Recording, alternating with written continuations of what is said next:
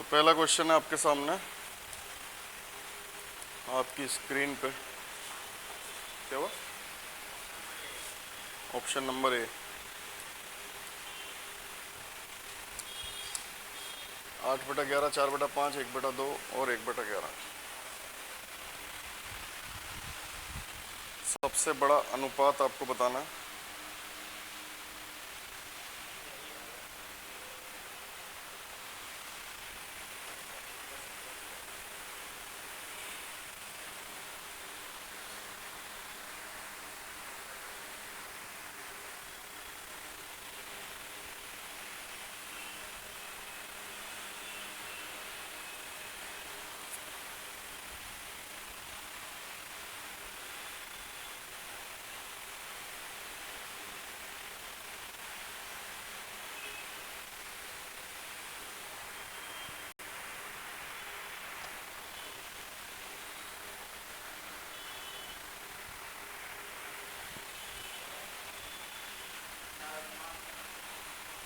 निकालने की जरूरत नहीं है, इसमें इतना सोल्व करने की जरूरत नहीं है। ऊपर वाला नंबर जितना बड़ा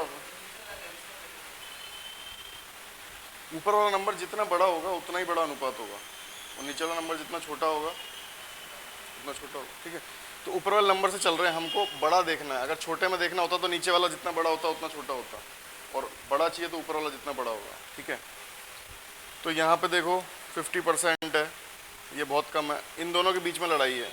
ठीक है, इन दोनों के बीच में तो कोई लड़ाई नहीं है, लड़ाई इन दोनों के बीच में। अब ये क्या है, 8/10 है। यहाँ नीचे का बढ़ गया ना तो ये छोटा हो गया, बस। नीचे का बढ़ गया मतलब ये छोटा हो गया। ठीक है, ये 80% दोनों लग रहे हैं, लेकिन नीचे का बड़ा हो गया तो छोटा हो गया। ठीक है, नेक्स्ट क्या है, एक समलंब चतुर्भुज है, उसमें पी क्यू एस आर के समांतर है। ये दिया गया है कि पी क्यू जो है एस आर से बड़ा है तथा विकर्ण पी आर और क्यू एस ओ पर प्रतिच्छेद करते हैं। यदि पी ओ जो है 3x-15 है, x+9 ओ आर बराबर, देखता हूँ क्या हुआ। हाँ वो देखता हूँ मैं, उसमें क्या मिस्टेक है वो देखता हूँ।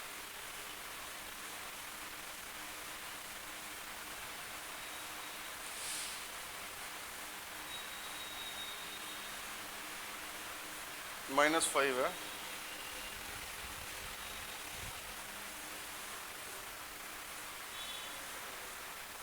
और ओ एस बराबर 5। x1 का स्क्वायर माइनस x2 का स्क्वायर चाहिए।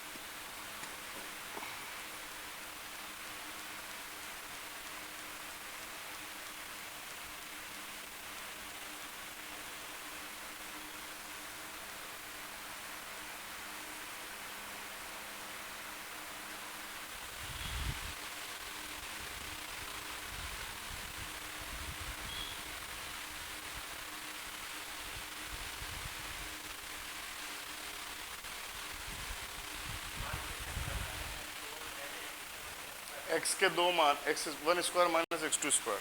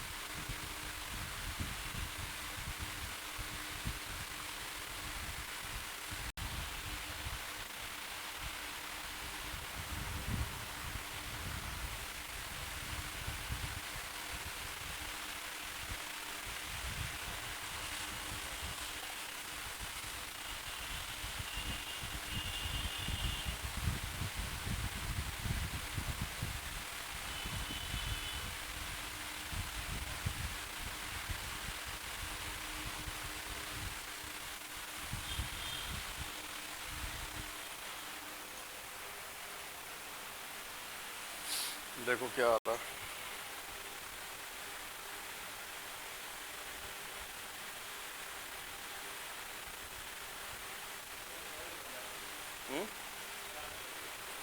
कितना आएगा? रिलेशन पता है किससे गुणा होता है?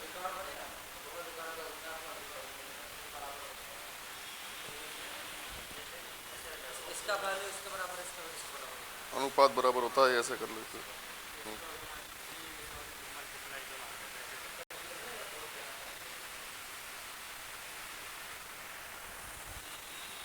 देखो क्या होगा।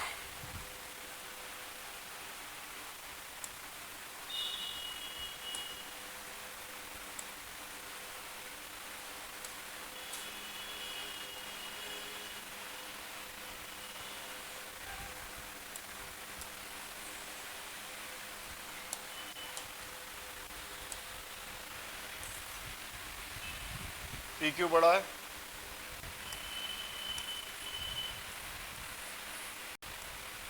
एस आर छोटा है, ठीक है। ओ पे प्रतिच्छेद कर रहे हैं, ओ पे प्रतिच्छेद कर रहे हैं, ठीक है। यदि पी ओ बराबर 3x माइनस 15, तो अनुपात क्या होता है? P O upon O Q. P O upon O Q is equals to O R upon O S, ये होता है, ठीक है। पी ओ की वैल्यू क्या है? 3x माइनस 15, और ओ क्यू की वैल्यू x प्लस 9, ठीक है।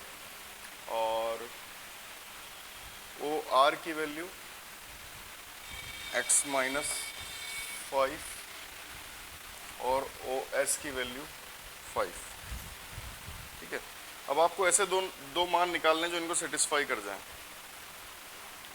ठीक है। 3 आप यहां से कॉमन ले लोगे, तो ये तो x माइनस 5 ही है, ठीक है। 3 यहां से कॉमन ले लिया,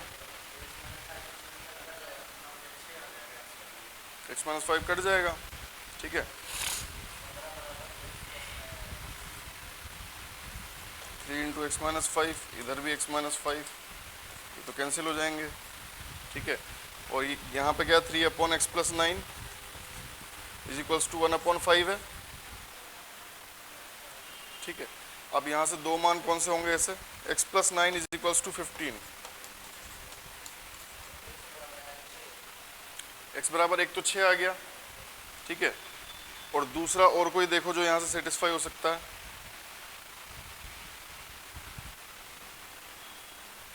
ये कट गया, ये आपने काट दिया, क्वाड्रेटिक में काटते नहीं, पर एक रूट निकालने के लिए ठीक है। x plus 9 is equals to 15, x बराबर 6 आ गया। और दूसरा रूट यहाँ पे कुछ और सेटिस्फाई करे,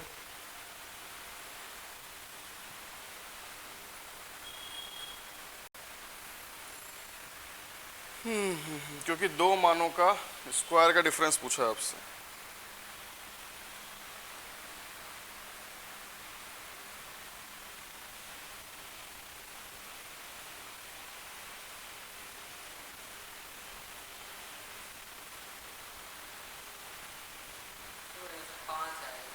हम्म 5 अगर ऑप्शन से देते हैं, क्योंकि जो भी वैल्यू आएगा स्क्वायर के टर्म में 5 घटाते हैं तो हो सकता है ज़्यादा है।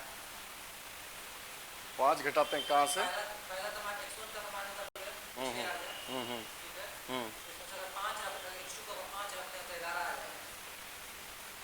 x2 को 5 रखेंगे, हाँ, उसको स्क्वायर करेंगे तो 25 घटाएंगे तो 26 में से 11 आ गया, हाँ वैसे आ गया। हाँ। x2 को ऑप्शन से चल रहे हैं तो नहीं तो x2 5 कैसे आपको लगा? ऑप्शन से देके चेक करेंगे हाँ ठीक है, हाँ। कौन सा ऐसा डिवीजन होगा। अब 5 आपका आ रहा है, फिर आपको चेक करने नहीं आएगा। ठीक है। 5 आपका आ रहा है तो 5 को यहाँ भी चेक कर लो आप। पॉसिबिलिटी कोई भी दिखती है ऑप्शन से भी चेक करो उसको, सारी कंडीशन में फुलफिल होना चाहिए। तो 5 यहाँ रखो, 9 - 5 4, सॉरी 5 यहाँ तो 0 बन जाएगा। एक रूट 5 तो है ही, जिसको आपने काटा है वो x - 5 काटा है, तो एक रूट 5 तो है ही। तो एक रूट आ गया 6, एक रूट आ गया 5, आंसर क्या हो गया 11। जिसको काटा है तो एक रूट तो 5 है ही, और एक आपका आ गया 6, तो आपका आंसर आ गया 11। लेकिन ऐसे क्वेश्चन में अगर टाइम बचाना है आपको तो अनुपात से चलना है। मल्टीप्लाई में उतनी जल्दी नहीं सोच पाओगे जितनी जल्दी अनुपात में सोच पाओगे। तो अनुपात कैसे होता है कि इस वाले का इस वाले से जो अनुपात है वही इसका इससे होगा। ये थोड़ा ध्यान रखना है कि जो लाइन चल रही है उसी लाइन के अगेंस्ट लेना है। पीओ का ओक्यू से लिया तो फिर ये लाइन जो आगे बढ़ेगी ओ आर का लेना है ओएस, बस ये ध्यान रखना है। बाकी यहाँ पे कैलकुलेशन टफ नहीं है। एक रूट 5 निकल रहा है, एक रूट 6 निकल रहा है, रूट इजीली निकल जाएंगे। दोनों का डिफरेंस आपसे पूछा। दिमाग पे जोर मैं आपके डलवा रहा हूँ ताकि आपको डालना आए वहाँ पे, ठीक है। तो दोनों रूट जो है निकल जाएंगे और उनका डिफरेंस आपसे पूछा है, ठीक है। हो गया ये, कोई दिक्कत इसमें नोट करना है? हो गया। नेक्स्ट देखो,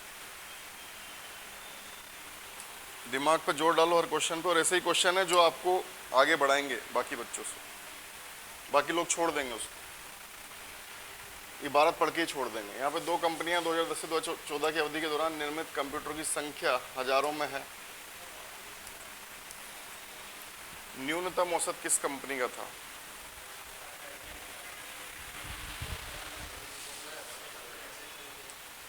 न्यूनतम औसत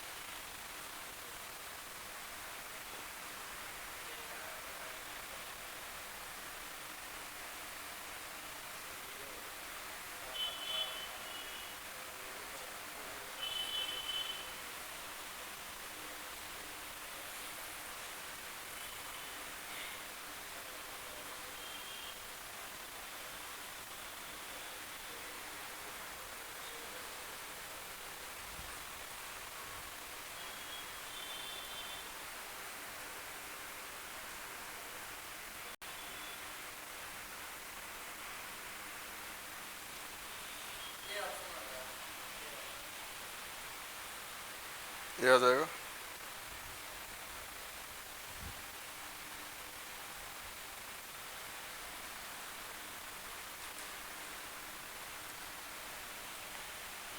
न्यूनतम औसत चाहिए 240, 300, 1250, 470 और 320, ठीक है। 120, 530, 650, मतलब एक ही डिजिट सब में बड़ी बड़ी है, इसमें 2-3 बड़ी हैं, इसमें एक ही बड़ी है, बाकी सब छोटी है, ठीक है। तो कह सकते हैं कि ये आएगा, ठीक है। नेक्स्ट क्या है? सिंप्लीफिकेशन। एक क्वेश्चन आजकल टाइम वेस्ट करने के लिए दे रही है एसएससी, और आपको टाइम वेस्ट नहीं करना है, आंखों आंखों में जल्दी जल्दी इसको सॉल्व कर लेना है। सबसे पहले ब्रैकेट होगा, उसके बाद डिवाइड, फिर इनटू, फिर प्लस, फिर माइनस। इसमें भी पहले अंदर डिवाइड होगा, तो यहाँ तो 7 आ जाएगा, वही तो 7/7 1 इंटू 7 7, हाँ 1 आ जाएगा। इधर 6 18 तिया 54 आ जाएगा।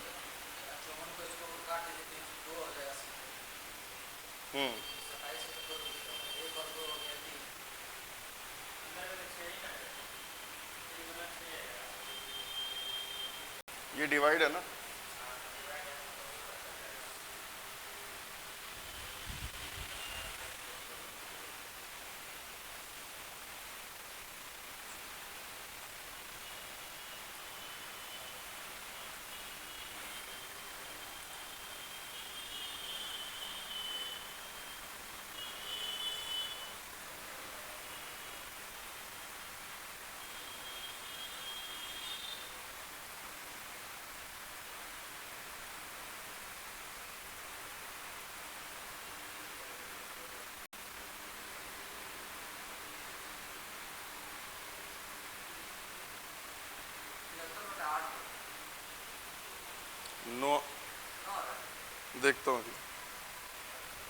हाँ 8 है 8। नीचे 8 होगा। 73/8।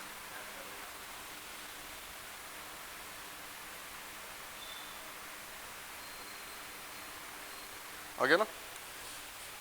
सॉल्व ही करना उसके बाद तो ठीक है। देखो नेक्स्ट, पी की आय क्यू से 40% कम है। पी और क्यू की संयुक्त आय पी की आय से कितने प्रतिशत अधिक? अच्छा सही होगा।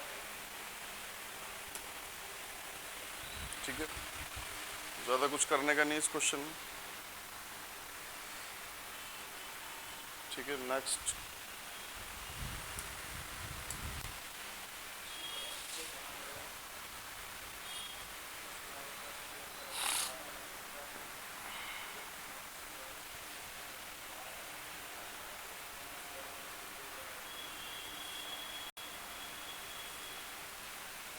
डी ऑप्शन आएगा। सेटिस्फाई करवाना है।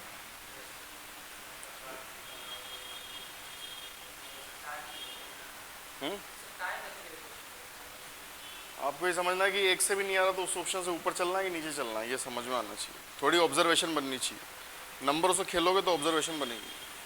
ठीक है, सेटिस्फाई हो गया फिर दोबारा नहीं देखना है, एक से भी सेटिस्फाई हो गया दोबारा नहीं देखना है। ठीक है नेक्स्ट क्या है, ये हो गया ना। 6, 18 और x एक त्रिभुज की भुजाएं हैं, x एक पूर्णांक है तो x के संभावित मानों की संख्या।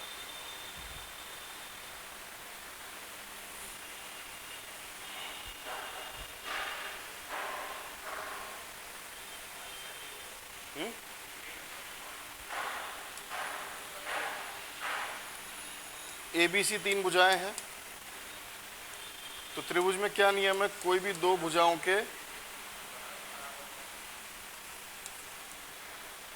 योग इससे बड़ा ही होगा और जो अंतर है वो इससे छोटा ही होगा। ठीक है, तो इसकी रेंज कहाँ से हो सकती है, 24 से छोटा होना पड़ेगा और 12 से बड़ा, 13 से लेके 23 इसकी रेंज हो सकती है। क्या आंसर हो जाएगा, 11। ठीक है नेक्स्ट क्या है, दिए गए बार ग्राफ के आधार पर निम्न प्रश्न का उत्तर दें।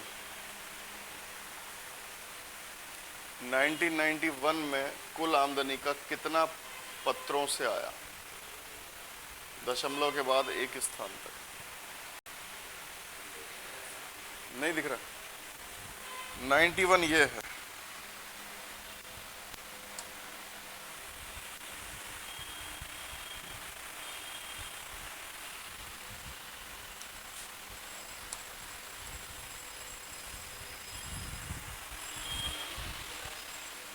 ये 91 है।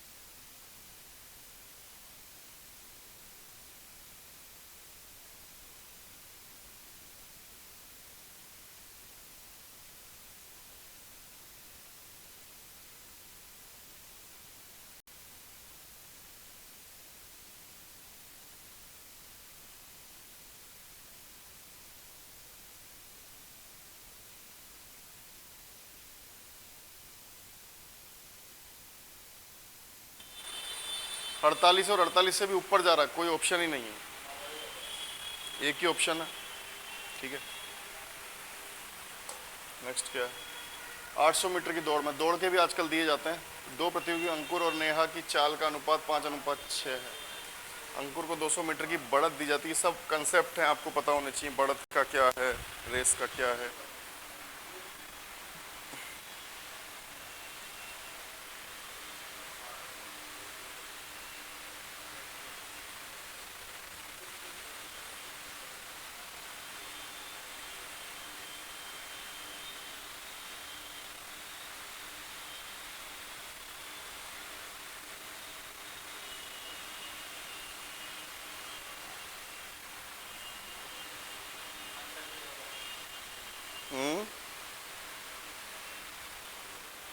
डी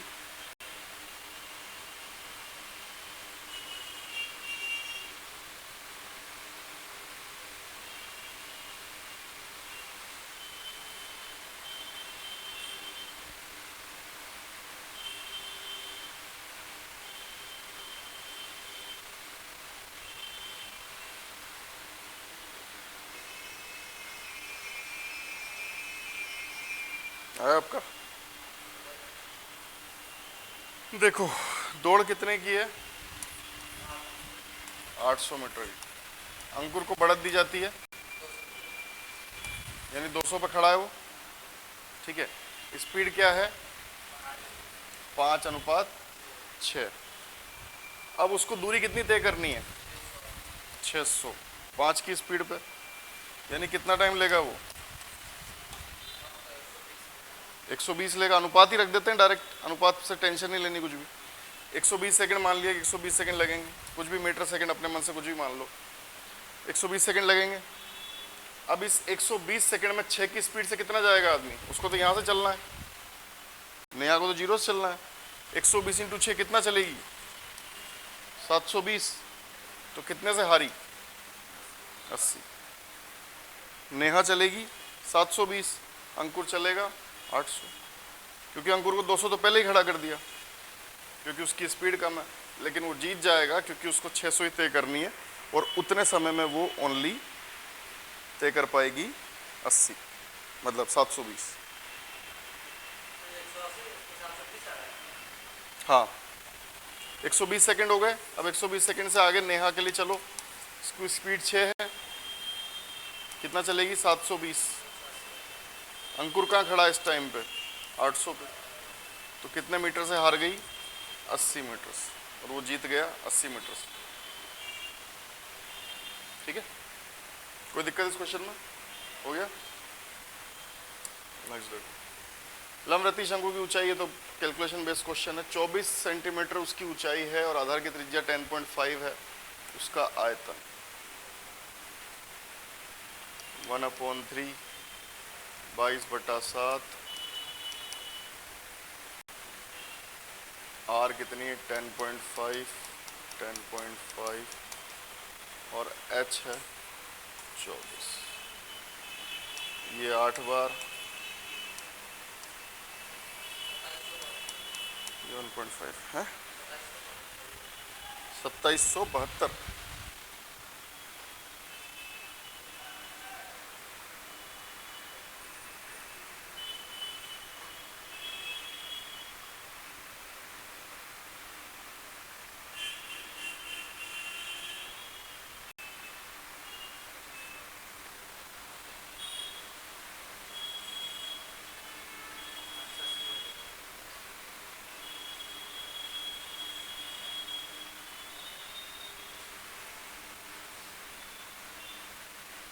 ठीक है, 2772 कैलकुलेशन बेस्ड क्वेश्चन।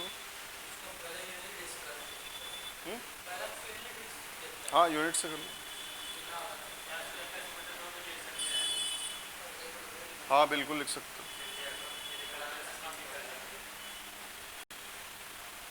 किस बटा 2 लिख के कर सकते हो।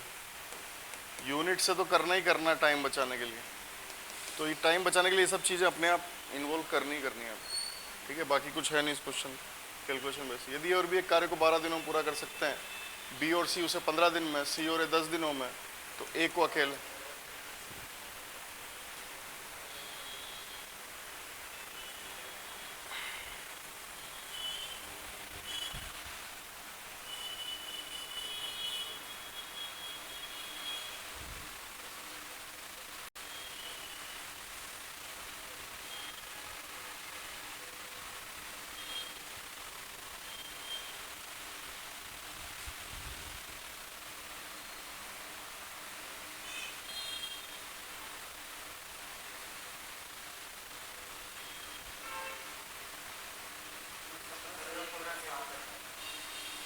हम्म, नहीं ये नहीं। हाँ ये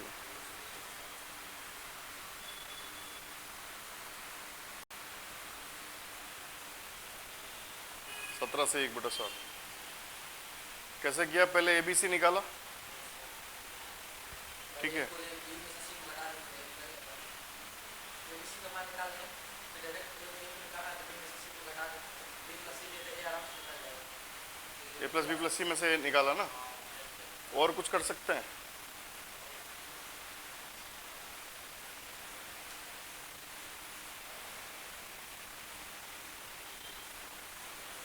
A+B है और A+C है।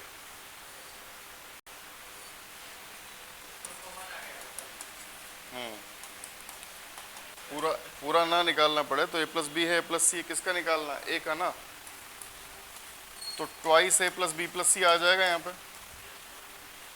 इसमें से आप क्या करो, B+C को माइनस कर दो, तो आपको पूरे पे नहीं जाना पड़ेगा और उसका आधा कर लेना,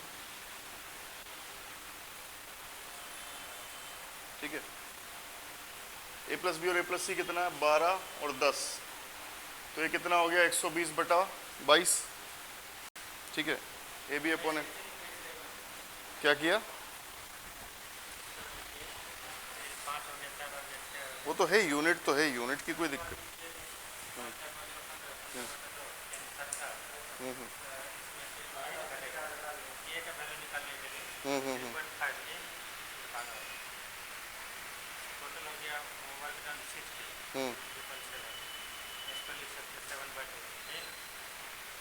ये 3.5 कहाँ से लगा? यानी कि टोटल हो गया इसका कितना 7.5, बी और सी का घन हो गया कितना एफिशिएंसी 4।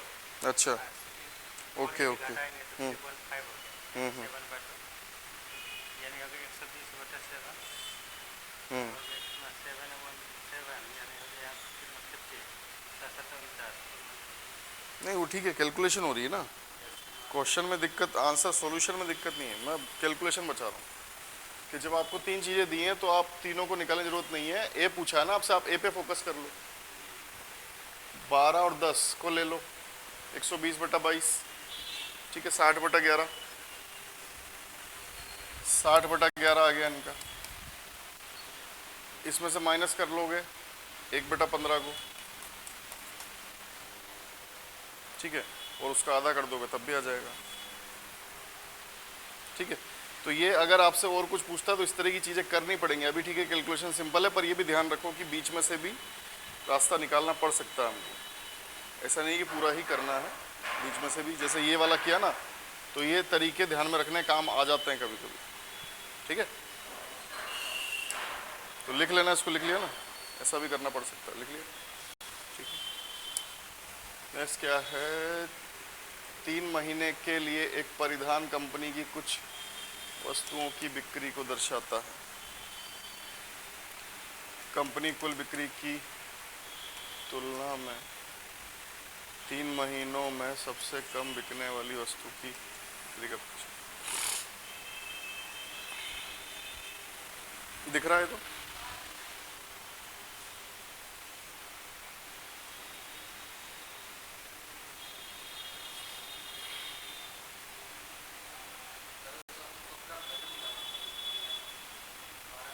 सबसे कम बिकने वाली का प्रतिशत पहले देख लो, सबसे कम बिकने वाली है कौन?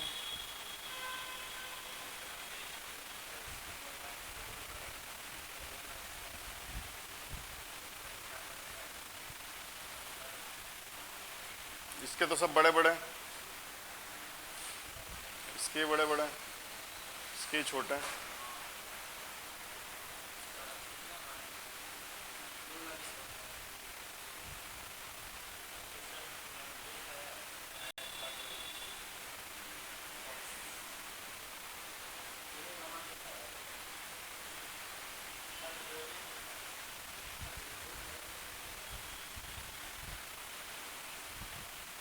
सबसे कम बिकने वाली वस्तु 13 और 7 20 26, ये 20, ये 28, कैलकुलेशन मुश्किल नहीं है, छोटी छोटी डिजिट दी है, इसीलिए जो बड़े होते जा रहे हैं उनको छोड़ो। सबसे कम बिकने वाली वस्तु की बिक्री का प्रतिशत, तो ये तो 23 हो गया, ये 14 और में 23 और 5 28, अभी तक ये सबसे कम है, ये भी ज़्यादा है, ये सबसे कम है, ठीक है, ये सबसे कम है। टी शर्ट सबसे कम बिक्री है 20, और सबसे कम वाली बिक्री का प्रतिशत बाकी का ये तो पहले निकालना ही है, 23, 14, 9, 23 और 5 28 टोटल का।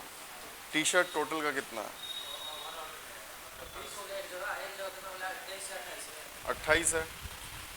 14, 9, 23, 5 28, 10, 11, 21 और 7 28, यहाँ भी 28, यहाँ 20 और यहाँ 26।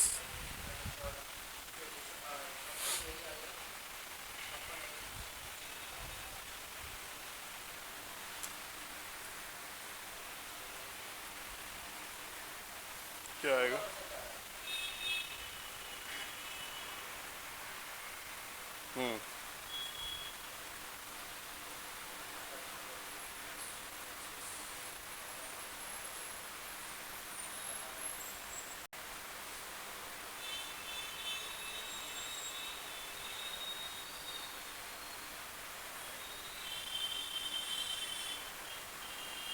हो गया?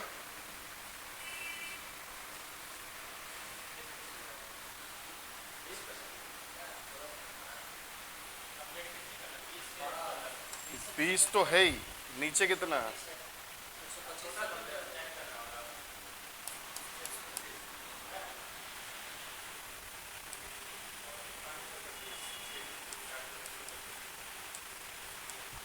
ठीक है,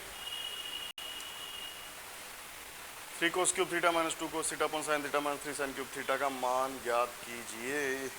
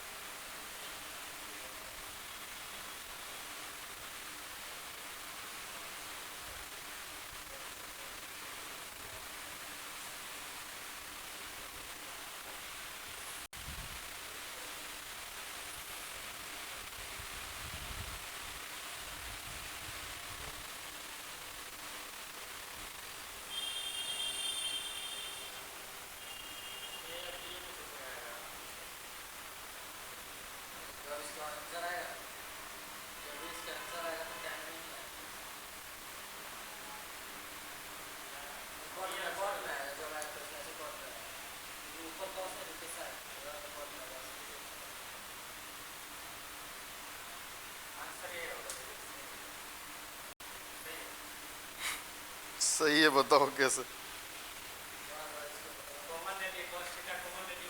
हाँ,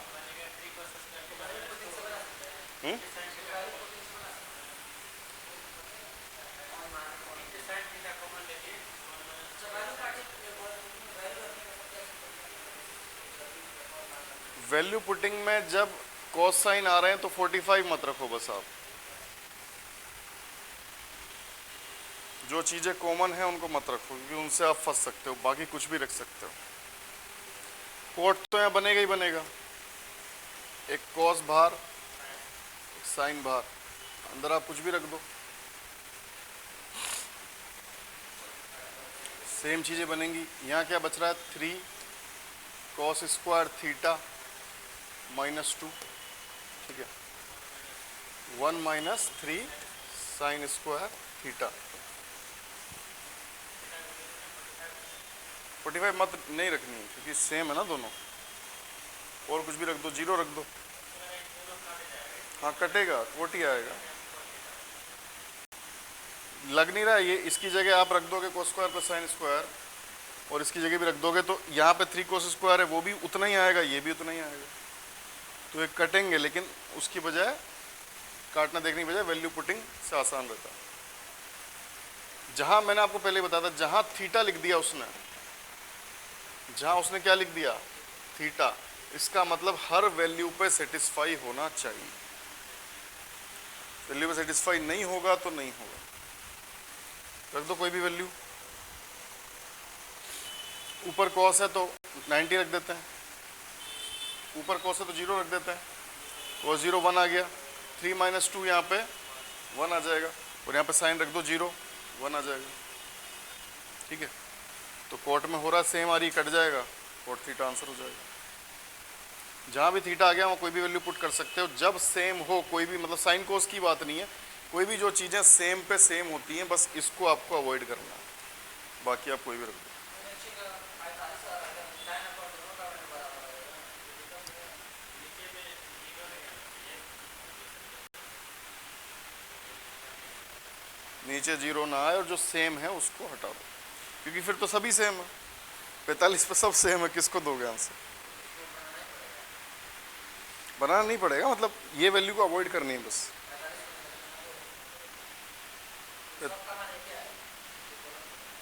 45 को अलग करना है, और इस तरह के, इसको फिगर को याद कर लो, इस तरह की चीज़ों में आंसर कोट ही आएगा। अगर इस तरह की चीज़ बनती है तो बाहर लेके कटेगा ही कटेगा। इस तरह का बन रहा है 3 माइनस 2 1 माइनस 3, तो एक जैसी चीज़ें रखो यहाँ पे, sine square plus cos square, यहाँ पे भी sine square plus cos square same आएगा, तो आंसर इनका कोट में आएगा, ध्यान रखना। ठीक है, चलो आगे देखो। नेक्स्ट 100 अंकित करता है, 10% और 20% की क्रमिक छूट प्राप्त करता है।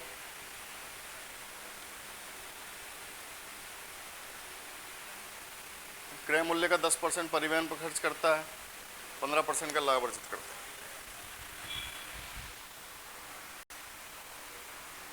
हेलो,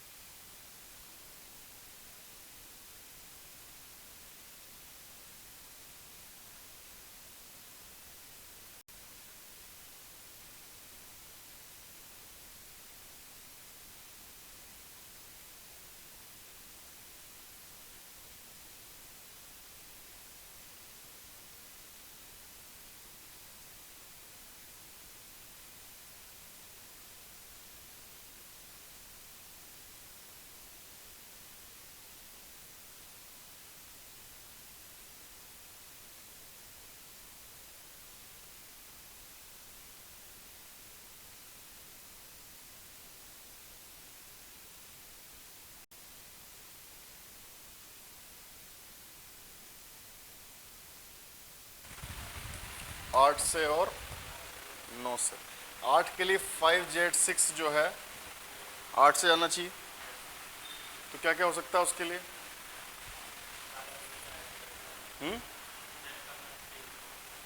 जेड का मान 3 जेड का मान हमारा 7 आ रहा है।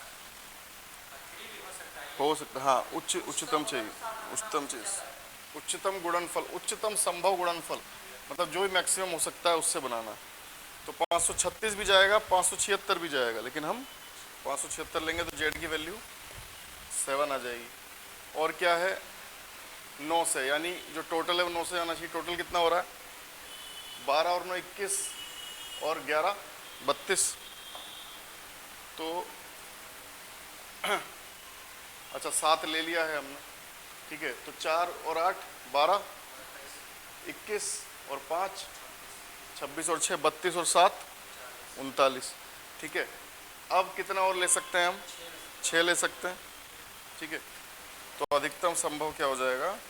42। आप यहाँ पे 3 लेके आंसर आपका आ जाएगा, लेकिन गलत होगा, क्योंकि वहाँ पे बोला है कि उच्चतम संभव, मैक्सिमम पॉसिबल। मैक्सिमम पॉसिबल का मतलब यही है कि जो बड़ी से बड़ी संख्या हो सकती है वो आप ले लो, ठीक है। नेक्स्ट देखो, 64 है परिमाप तो क्षेत्र 256,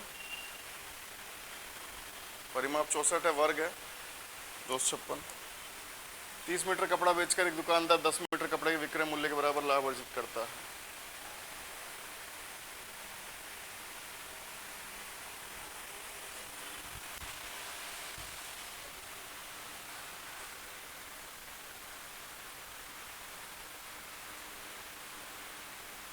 एक मीटर कपड़े का विक्रय मूल्य ज्ञात कीजिए, जबकि 1 मीटर कपड़े का क्रय मूल्य 480 है।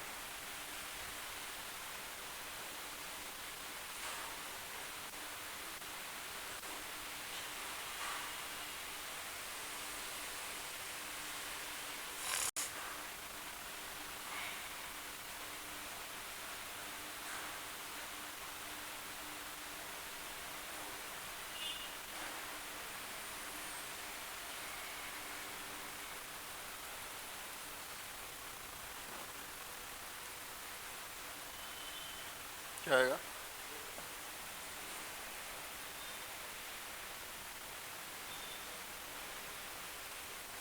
एक ही है।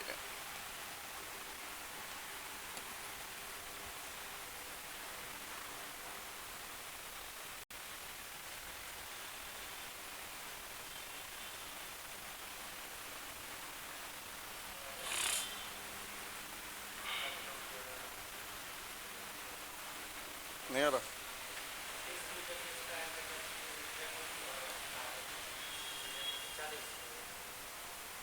क्रय मूल्य के नहीं, विक्रय मूल्य के।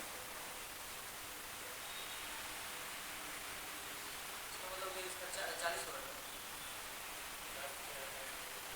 विक्रय मूल्य है ना, क्रय मूल्य नहीं है।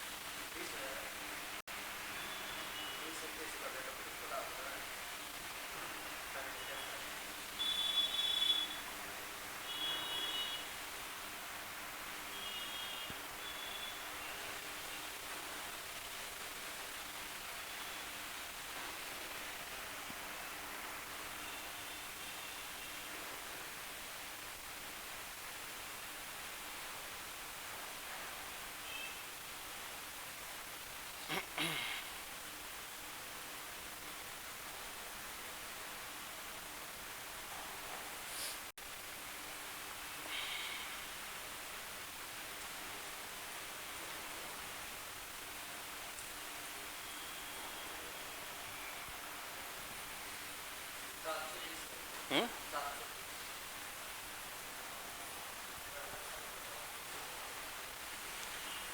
30 मीटर कपड़ा है, 10 मीटर के विक्रय मूल्य के बराबर उसको लाभ हो गया। लाभ की कंडीशन में क्या करता है? माइनस करता है। 30 उसने बेचा है, 10 के विक्रय मूल्य के बराबर उसको क्या हो गया है? लाभ। इसका मतलब क्या है कि 10 का पैसा उसको एक्स्ट्रा मिल गया 30 बेचने में। मतलब यानी बेचे कितने उसने? एक तरीके से 20 ही बेचे, और 20 में उसको 10 का प्रॉफिट हो गया, विक्रय मूल्य मिल गया उसको, ठीक है। उसको 10 का विक्रय मूल्य मिल गया 30 बेचने में, यानी 20 ही बेचे, 20 पे उसको 10 का लाभ हो गया, यानी 50% प्रॉफिट हो गया उसको। आ रही समझ में कैसे हो 50% प्रॉफिट? 10 का विक्रय मूल्य उसको मिल गया 30 बेचने पे, यानी बेचे ही एक तरीके से 20 और उस पर 10 तो मिल गए, क्रय मूल्य पे तो 10 ही गए, ठीक है, सॉरी 20 ही गए और उसको 10 एक्स्ट्रा मिल गए, प्रॉफिट हो गया। तो जब ये प्रॉफिट उसको हो गया तो कितना हुआ? 50%। फिर बस इससे चल लो आप, 480 से 50%। फिर आप इससे परसेंटेज निकालने के बाद फिर आपसे कुछ भी पूछे आप इससे चल सकते हो। 20 पे 10 मिल गए तो हर किसी पे 50% मिल रहा है, 480 पे कितना मिल जाएगा? 720। ठीक है, तो यही ध्यान रखना है कि विक्रय मूल्य का लाभ हो रहा है, मतलब माइनस उसको 20 पे ही वो 10 का लाभ हो रहा है। जैसे बेईमान दुकानदार में जाते हैं वैसे ही है कि 10 बेचे ही नहीं है, 20 पे ही 10 का प्रॉफिट हो गया। ठीक है, नेक्स्ट क्या है? 50,000 से 72,000 हो जाती है 4 साल में।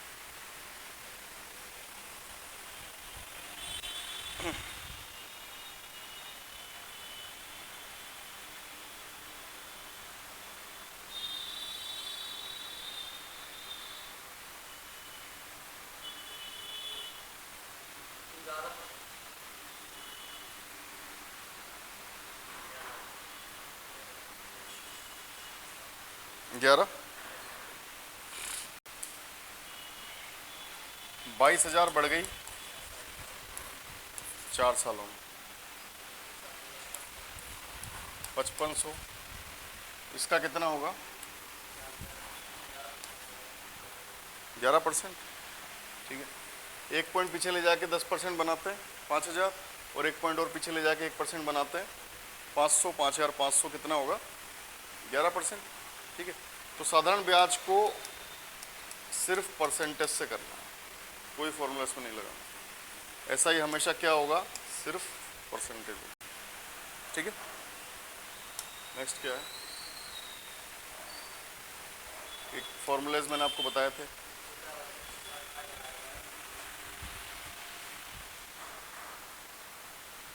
हेलो, हाँ हाँ हाँ,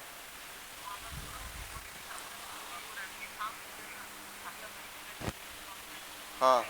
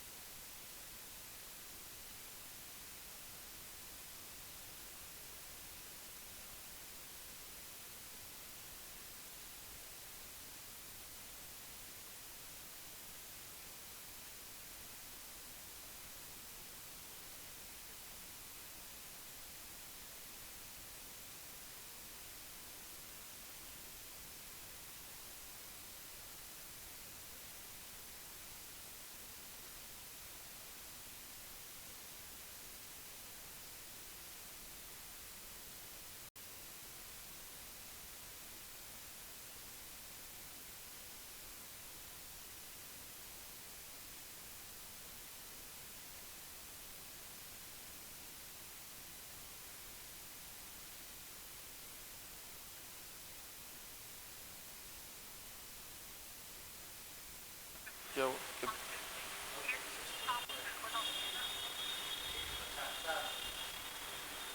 ठीक है, मैं देख के बताता हूँ आपको।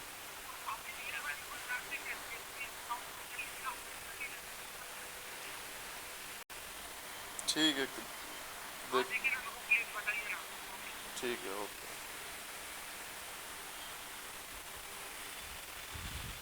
कुछ नहीं, इसमें पाई स्क्वायर थीटा अपॉन 360 है, 3.14 लेने को बोल रहा है ये, और 16 और थीटा है 1/8 आ जाएगा।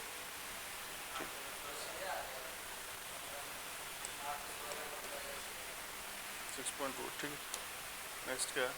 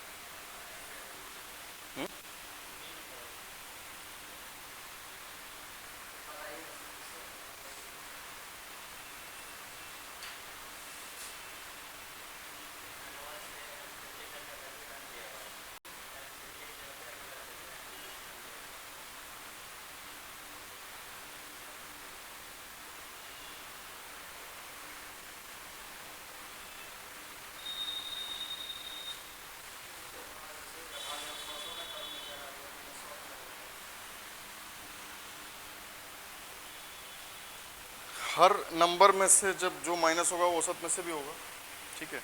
जो भी ऐड होगा, जो भी माइनस होगा, जो भी इनटू होगा, जो भी डिवाइड होगा, ये सारी क्रियाएं जो एवरेज में होंगी, एम दे रखा है यहाँ पे, वही सारी क्रियाएं सेम टू सेम एवरेज में भी होंगी, ठीक है। क्या आंसर आ जाएगा?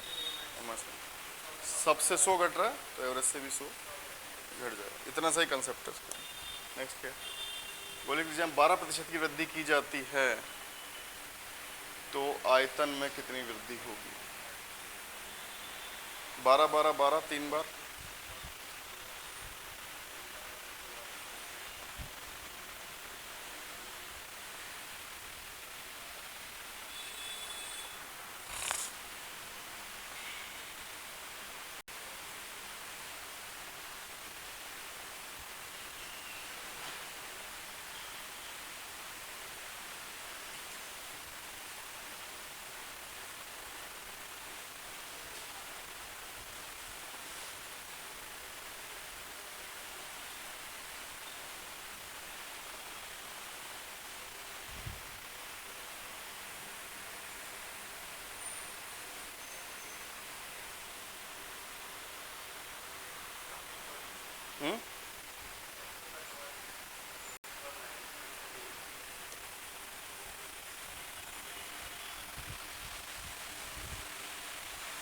कैसे किया? 112 112 लिख के क्या? ये करने पे कितना 25.14 प्लस फिर ये जो 12 बच गए अच्छा अच्छा, करने के बाद ये कर A B A plus B plus A B upon, ठीक है। तरीका कैलकुलेशन बहुत लंबी चली, कैलकुलेशन बहुत लंबी चली, कैलकुलेशन बचानी है। चक्रवृद्धि ब्याज या जनसंख्या से भी कर सकते हैं उसको। 112 फिर 112 का 12%, ठीक है, और फिर उसका 12%, मतलब बहुत ज़्यादा नहीं जा रहा है ये, तो उससे अंदाज़ा लगा सकते हो 40.49। 36 से बहुत ज़्यादा नहीं जा रहा है, 3-4 का डिफरेंस है, तो 40.49 आ जाएगा। या फिर एक तरीका दूसरा मैंने आपको क्या बताया था, सक्सेसिव चेंजेस, उत्तरोत्तर बदलाव, उसमें क्या करोगे, डायरेक्ट 3 बार 112 लिखा और नीचे एक कम 100, ठीक है। तो ये क्या हुआ, 28 25 28 25, ठीक है। अल्टीमेटली कैलकुलेशन है, इससे कर लो इससे कर लो, जैसे भी कैलकुलेशन आपको सही लगती है। Observation A plus B plus A B upon 100 से कर लो। 3-4 तरीके से कैसे भी कर सकते हो। अल्टीमेटली आपको कैलकुलेशन जितनी आप फास्ट करोगे वैसे ही हो, अप्रोक्स। हाँ, इसलिए मैंने कहा इससे अगर अप्रोक्स मुझे जल्दी पता लगता है, आपको इससे लगता है जिसको जिससे। हाँ हाँ, इन्हीं दोनों की लड़ाई है और तो है नहीं। तो इन दोनों लड़ाइयों को पता लग जाएगा 3-4 का डिफरेंस है कि 5 का डिफरेंस है, तो बस उस हिसाब से, ठीक है। तो टाइम वेस्ट के लिए ही और कुछ नहीं। नेक्स्ट क्या, सिंपल क्वेश्चन है।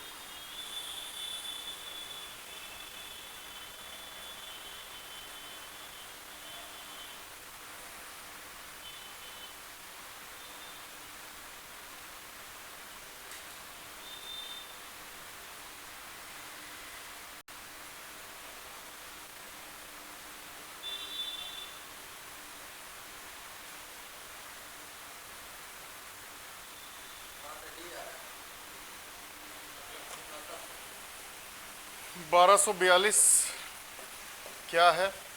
10% ने डाला नहीं। 90 में से एक को मिले 60, एक को मिले 40, डिफरेंस क्या है? 20%। वो कितनी होती है? 18।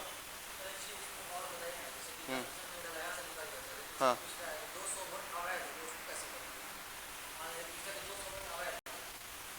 क्लास में बताया था ना आपको। अच्छा, नहीं आया। देखो, 10% ने डाला नहीं, 10% अवैध हो गए, तो अब जो कैलकुलेशन होगी वो 80 से होगी।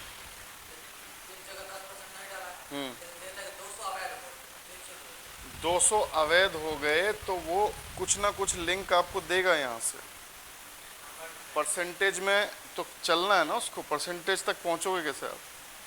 बीच का लिंक अगर उसने तोड़ दिया कि 10% अवैध हो गए, सॉरी 10% ने डाला नहीं और 10% अवैध हो गए, अगर इसकी जगह वो 200 दे रहा है तो आगे कोई लिंक देगा।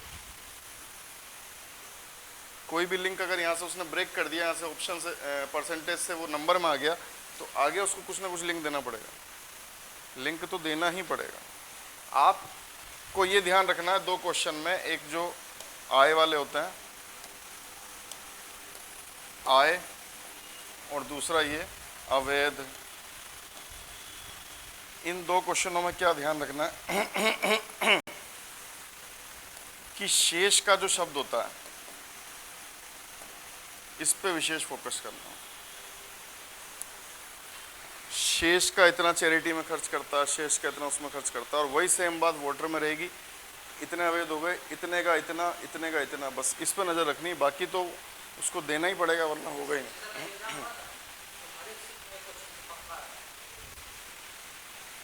आएगा। बहुत सारे पैटर्न आप अगर एनालिसिस करोगे, अपन जो कर रहे हैं सब रिपीटेड क्वेश्चन है। मतलब रिपीटेड मतलब डाटा चेंज करके घूम रहे हैं, ऐसे सीजीएल में, ऐसे सीजीएल में घूम रहे हैं। कंसेप्ट बस चेंज हो रहा है, मतलब सॉरी कंसेप्ट सेम है, डाटा चेंज हो रहा है। बल्कि एक तो मुझे बिल्कुल सेम लगा था कि मैंने एज इट इज करवाया आपको। ये तो सिंपल है, इसको कितनी बार पूछा जाए।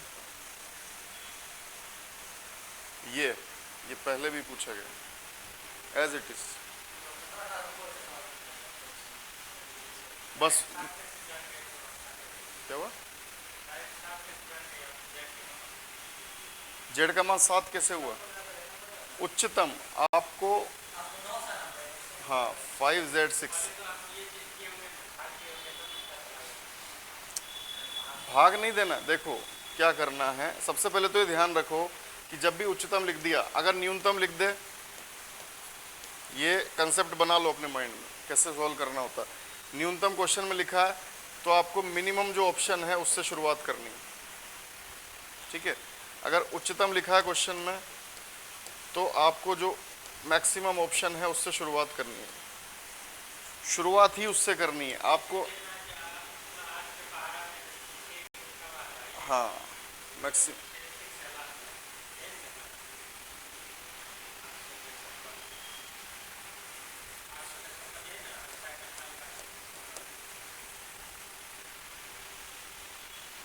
ठीक है। तो ये चीज़ आपको ध्यान रखनी है और उससे ही शुरुआत करनी है। आपने ये सबसे पहले ऑप्शन बोला, ये हो ही नहीं सकता। जब उसने उच्चतम लिख दिया तो उच्चतम से ही शुरुआत करनी है। आपने ऑप्शन क्वेश्चन देखे होंगे, 999 से आंसर चालू होता है उच्चतम बोल के, फिर उसमें थोड़ा थोड़ा कम होता है, 1 0 1 2 3 ऐसे करके। तो आपको शुरुआत उच्चतम से ही करनी है, आपको न्यूनतम पे जाना ही नहीं है। उसके हिंट पे ध्यान दो, अगर ये दोनों भी होते, ये दोनों भी होते, तब भी 42 ही आंसर। मतलब अगर आपको जल्दी है, आपको तुक्का मारना है, तो आपको 42 ही मारना है, क्योंकि आपको नहीं पता लेकिन वो बन रहा होगा, कुछ ना कुछ उसने दिमाग लगाया होगा। तो इसलिए ये कभी नहीं हो सकते। आपको उसकी शब्दावली पे ध्यान देना। यही सेम क्वेश्चन था, इसमें ही क्या था कि उच्चतम लिखा हुआ नहीं था। मैंने सोल्व करा इसी मतलब सेट में, बस उच्चतम लिखा हुआ नहीं था, आंसर अलग था। उसमें और कुछ पूछ देगा कि उसके जो योग हैं, योग क्या हो सकते हैं, योग के कितने संभावित मान हो सकते हैं, मैक्सिमम योग क्या हो सकता है, x y + y। मतलब यहाँ तक की इबारत सेम है। जब यहाँ तक की इबारत सेम है तो फिर कुछ भी करे आगे। अब जैसे ये क्वेश्चन है, हाँ वो संभावित मान हो गए ना।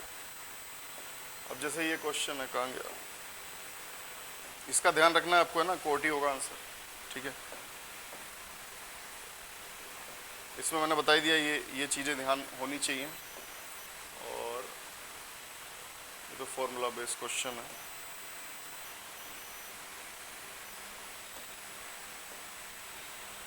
इसमें जो डिफरेंस है और योग है उसके बीच में ही, तो जो एक बड़ा उससे होगा 24 और 12, मतलब एक छोटा, वही आंसर होगा, ठीक है।